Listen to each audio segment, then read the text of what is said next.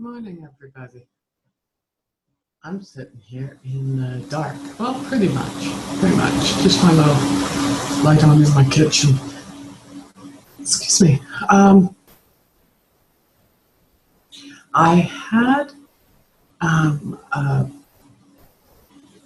discussion with someone yesterday, and it started with me phoning them up.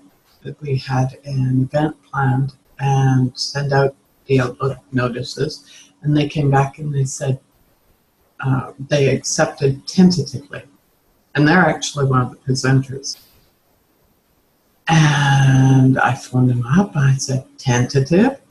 And he goes, yo, there are other things going on in the world than your stuff. And he didn't mean it in a mean way or anything like that, and I didn't take it that way. But it did start me thinking, how many times in my life I've gotten wrapped up in my world. How many times I figured everyone else was having similar experiences, whether they were good. No, that's wrong. If I was having good experiences, I figured everyone else was too. I had, in college, I had 3 profs, and this is my first year.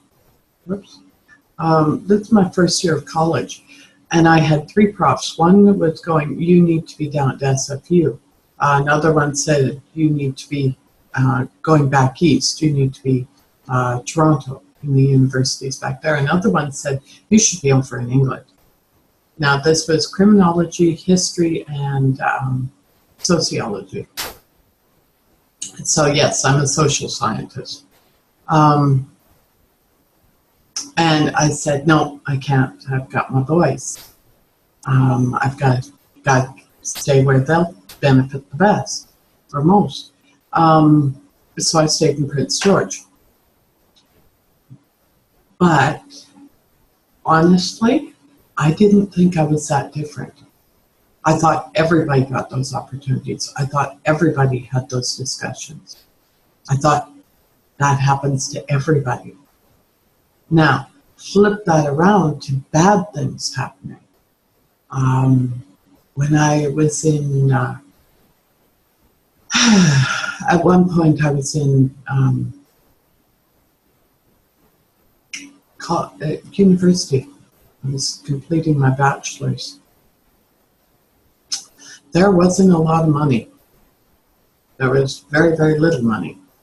And at one point, I was considering going into a shelter to finish my bachelor's, and a friend had offered to take my boys for however long, a couple months, get me on my feet again, so that the boys would have room, household, they'd be safe.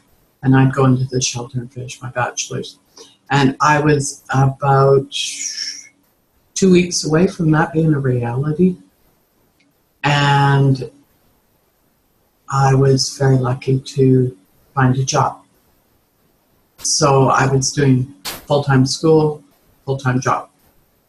I did that the whole time I went through university after that point, because I never wanted to be back there again. Okay? And my perception was nobody else was going through it like I was. Our lives are based on our perceptions of what is happening. That doesn't mean what's happening isn't happening.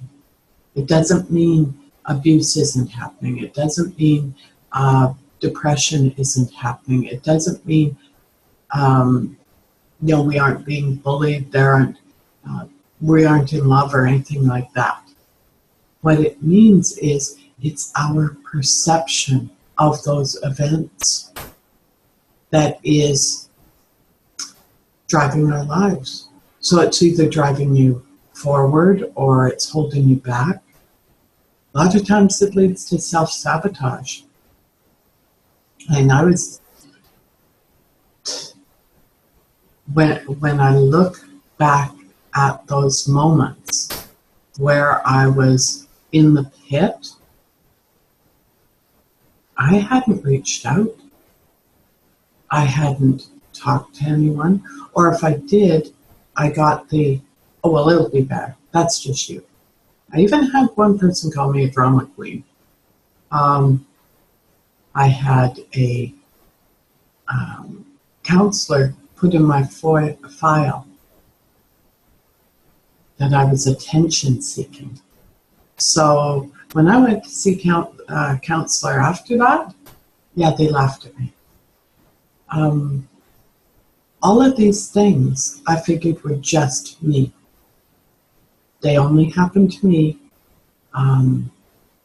So on my good days, or good things that happen, they happen to everybody. Everybody gets the same breaks. On the bad days, it's only me. No one else ever has these challenges. No one else ever has these issues. And that is all perspective. All perspective. All story. You know, perspective is actually an illusion that we create. It's our way of making sense of the world. It's our story. And to find out about that story, you've got to access your unconscious brain. I wasn't able to do that until I got to mindset. You know, I had glimmers of it. I think we all have glimmers of it. Days when we write something down and we get a little sense, and maybe our world shifts a little, just a little. But to actively dig and find out what I was making, what I was creating in my life, took actively sitting down and writing it out. One of my teachers used to have a book. He kept right beside him, and he'd write it numerous times a day.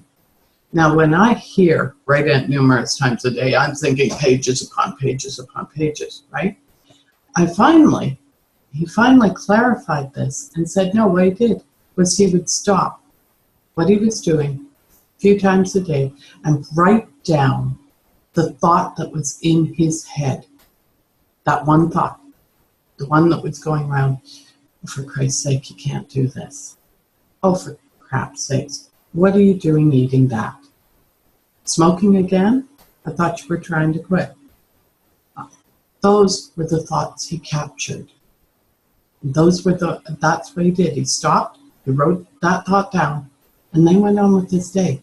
And within about a week, he could look at his story and figure out who was driving it, how that was being driven. You know, like a lot of them were, you know,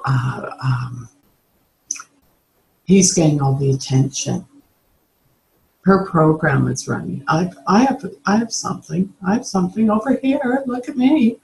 And he found out that he was portraying a victim in a lot of instances in his life. For me, I was a failure, and I actively pursued or actively perceived myself as a failure in almost every instance. I would find a way, or my unconscious driver, I should stop saying me, because it wasn't me. It was my unconscious driver that was finding a way to swing that perception around to make me a failure. So this failure Freddy over here, he was going to make me a failure no matter what I did. So it's all a story, gang. The start of any journey, the start to look at your mindset is accept it's a story. You are writing your own story. Now, what you have to do is look at it and go, do you like the story you're writing? Kind of cool, huh?